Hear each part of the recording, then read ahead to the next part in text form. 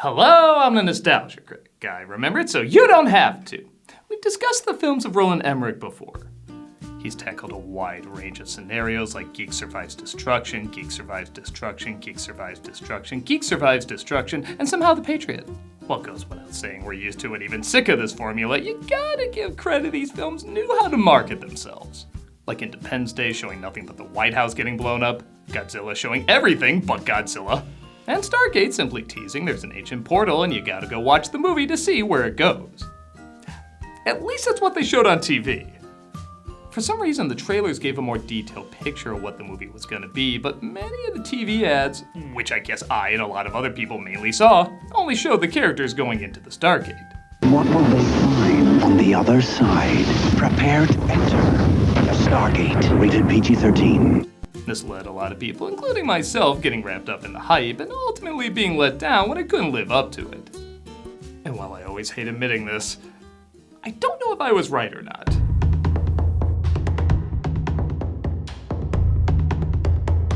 Released in 1994, if you went by only the TV ads, you would think Stargate is a close encounters/Abyss-style discovery drama. But it was basically a B-movie saying that podcast you know you're too smart to listen to is correct. The pyramids came from aliens. But over 30 years later, I do wonder if maybe I and others who got sucked into the hype would have liked this fun little adventure had the commercials not done their job too well. I mean, it did gross more money than insiders predicted and led to not one, not two, but 4 TV spin-offs that many say surpassed the original film. Next you'll be telling me the show based on that Paul Rubens vampire movie is any good. So yeah, I do want to go back and maybe give it a little bit more of a fair shake. Because I don't remember hating this movie, I just remember being let down compared to what I felt like it was promising. So let's take our trip through the gate and see if I'm wrong. Let's take a look at Stargate. Look it up. So I know I don't talk about this much, but I really am a fan of film scores, and the score in this film is friggin' phenomenal. David Arnold is not a household name, but he peaked early with only his second movie, combining an epic Maurice Jarre, John Williams sound,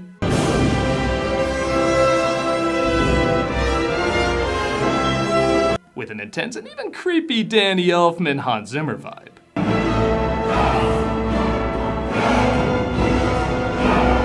Honestly, the music is probably too good. Like, this whole opening is building up something huge. Like, what are we focusing on? Oh my god, why was that a big deal? You'll find a lot of things are probably too good for a movie like this. We open in 1928, where a discovery is made in Egypt. Found something beautiful! We found the Ark, the mosquito, we're stealing enough from Spielberg already. Oh, it's just one of Rihanna's earrings. Jump ahead to present 31 years ago, where Dr. Daniel Jackson, played by James Spader, is making the argument that the pyramids were not made by the 4th dynasty. Well, who do you think built the pyramids? I don't have any idea who built them. Martians, perhaps? Men from Atlantis? Hey, spoilers. The point is when they were built. Most unorthodox, unorthodox, most orthodox, most most orthodox, orthodox on most. He's approached by Catherine Langford, played by Viveca Lindfors, who says, yeah, Egyptians were lazy as dick. It was totally aliens. Want to prove that your theories are right? This is your chance. Dan Aykroyd wants you on whatever crazy shit he's hosting these days. We then cut to Colonel Jack O'Neill, played by Kurt Russell. And alright, in a movie about space pharaohs shooting lasers out of metal Q-tips, you know he's gonna bring the fun. How'd he get like that? His kid died. Accidentally shot himself.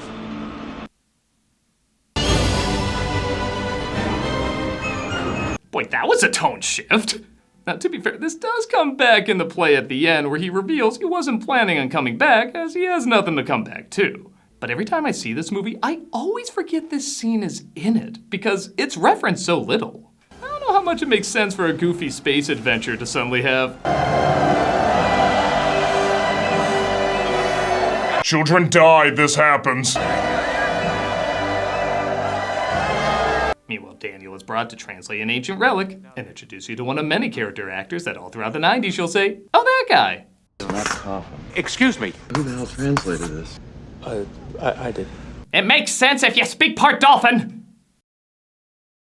Why is the military so interested in 5,000-year-old Egyptian tablets? My report says 10,000. O'Neill is brought in to take over the operation as Daniel tries to translate an unknown language. You've solved in 14 days what they couldn't solve in 2 years.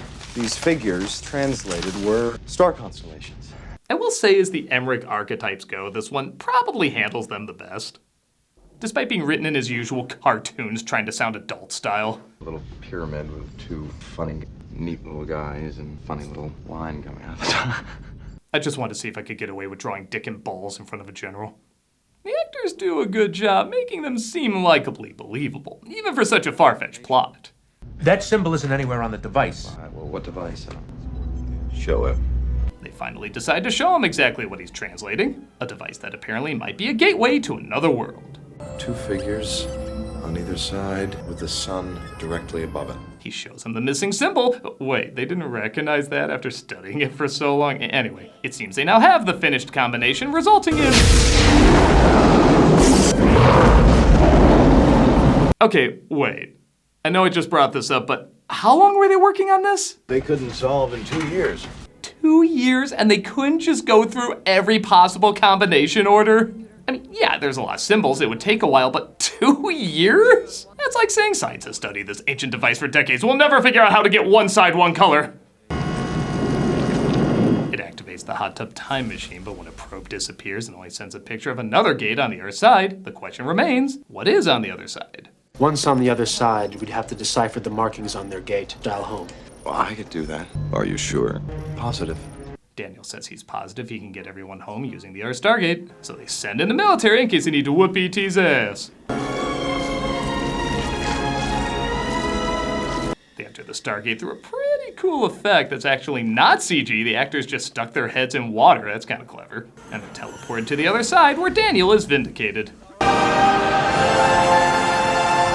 I knew it. The Luxor Hotel was built by aliens. How else would you explain Carrot Top being there? Your job here is to realign the Stargate. I can't. They hit a snag, though, when Daniel says he's unable to get him back home. Now, those coordinates were marked on tablets. I assumed the tablets would be here. You assume. You're a lying son of a bitch! That is the right reaction. First off, when they asked if he could get them back, he said, Positive. which indeed makes him a Lying son of a bitch! Second, nobody checked how he was gonna get him back or what his plan was? Wouldn't you get every little detail down or work out a plan if something went wrong? The army men in Toy Story are more prepared than this. Isn't there something you should be doing right now? Like getting us out of here? Also the right reaction. You know, I can't believe we're stuck here. Hey, lay off. The transmitter in your head would have thrown off the signal anyway. It's okay. Daniel finds a bantha and they follow it to a nearby worksite filled with people. They see the medallion Catherine gave Daniel and confuse him for a great ruler. Ya Yahweh Mahatib, Yanak Kasu, Bayakak Not since Reese's Pieces in E.T. has an audience said, is Fifth Avenue still a thing? Bunny way! Bunny way! He seems to win the locals over and they treat him like royalty. Well, a lot of this is old hat. The performances, again, is what keeps it lively. It's a chicken. Tastes. He insults our chicken god, decapitate him! No. It turns out riding is forbidden. I mean, after reading an Emmerich script, I'd make that law too. I'll be here all night. But the language of human trafficking is still alive and well. No. You don't have to do that. I have a steady relationship with a body pillow back home.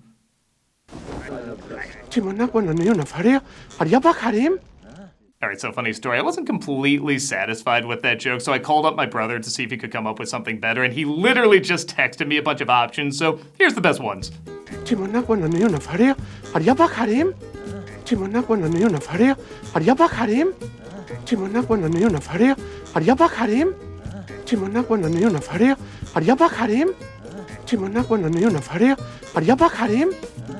Thanks. This is Shari, played by Mili Avital, who might be aware of the symbol needed to get him back home. Thankfully, this doesn't interrupt Russell's cigarette ad.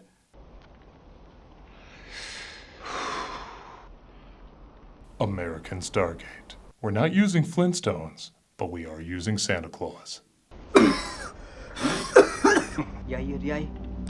No! Dangerous! Do I have to bury a fourth kid? Fourth? I'm a bad parent!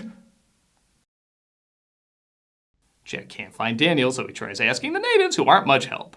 He's got like long hair that comes down. No. Wears glasses so he can see. Sneezes. He was a mannequin, movie meant for... Pa! Pa! Pa! Pa! Chicken man, you got it. His kid still shot himself. See, does that feel weird in this? They figured out where he went, and he not only found the plaque he was searching for, but he also learned about their history.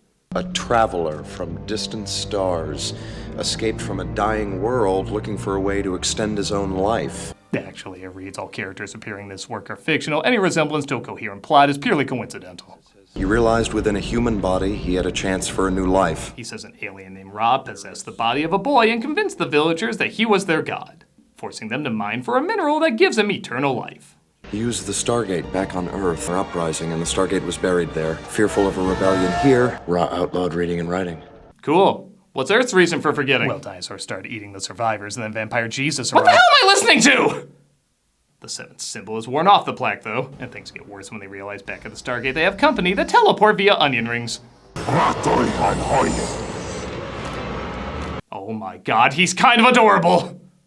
They take our heroes prisoner as Ra is revealed to be Dill from The Crying Game, played by Jaye Davidson. A choice, to say the least, as this is literally the only other movie he's been in, so it's pretty hard not to think back to Crying Game. But I guess in a strange way, I can see him as a pampered ruler who's also an intimidating threat.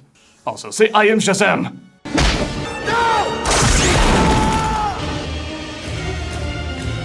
Ha! Joke's on you, I already had practice with my kid at home! Daniel is shot, but Ra has a device that can easily bring people back to life.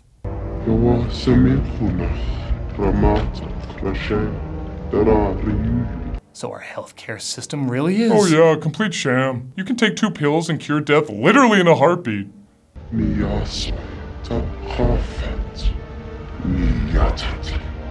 Ra forces him to execute his friends in front of the villagers, but it looks like Jack's words to the kids about staying away from guns didn't exactly sink in.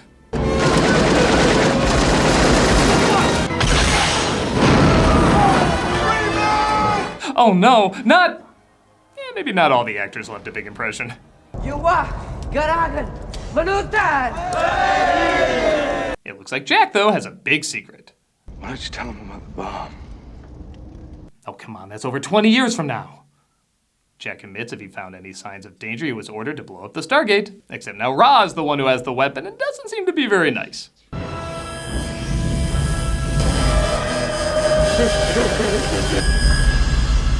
I would advise not getting killed by him. His nails trap the souls of his victims. Ra plans to use the minerals to make the bomb even more powerful and send it through the Stargate, destroying everybody on the other side.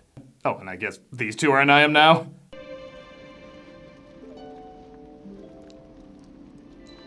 I mean, okay, I guess it's better than the starting point of mail order bride, but I don't think that equals immediate romantic chemistry. This is a symbol for this planet. That's it. Daniel discovers the seventh symbol, and they convince the villagers to start an uprising. Give me my... Give me my... You call that an extremist? He'd have a lot more denial built up. If that happened here, there'd be 20 YouTube videos in one day debunking what was debunked. Like I said before, good acting can save a weak script, like a hero saying how you doing before he shoots someone isn't really anything. But when Kurt Russell does it... How you doing? It's pretty cool. Come on, buddy!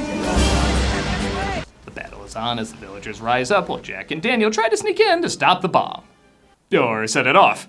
I thought we agreed to dismantle the gate on the other side. I'm gonna stay here, make sure this goes off. You got 7 minutes. Does anyone talk to anyone in this army? There's top secret, and then there's my orders are so classified, even I don't know them. Again, what if something goes wrong, like your girlfriend gets shot? What are you doing?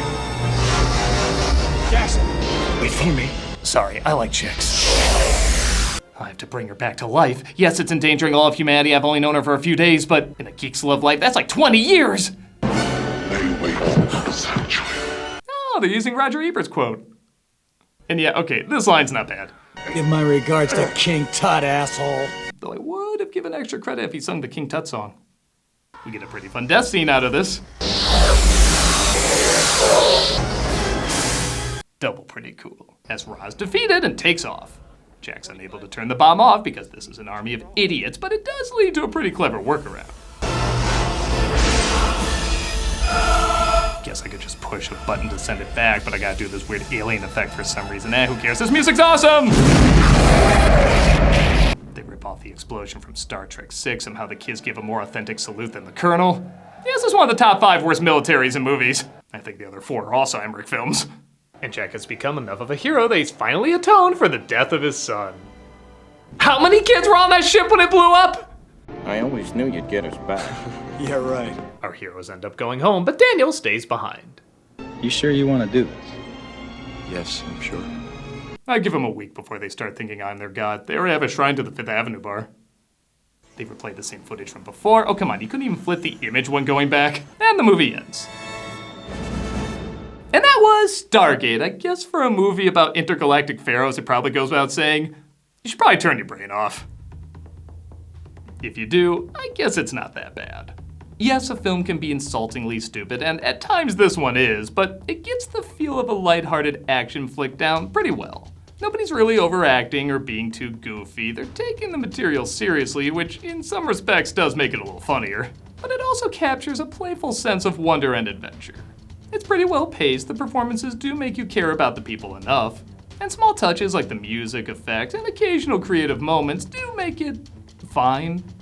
I can't say it delivered what the commercial promised over 30 years ago, but if you've seen some of the movies coming out today, fine is still fine.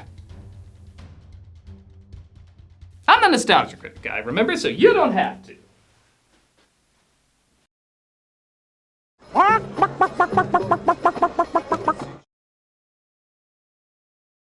This month for Cameos for Charity, we're doing the Center for Victims of Torture. I've done this charity a couple times and there's a reason. I literally cannot think of anything worse. We've used the word torture as a way to emphasize things we don't like to go through, but these are people that have literally gone through the worst things you can imagine. This center heals victims of torture through personal care worldwide, strengthens partners who heal torture survivors, and advocate for the protection and care of torture survivors. Heavy stuff I know, but you can help out.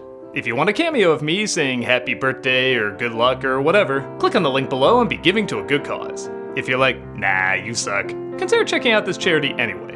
They're wonderful people doing wonderful work, and you can play a big part in helping with the healing.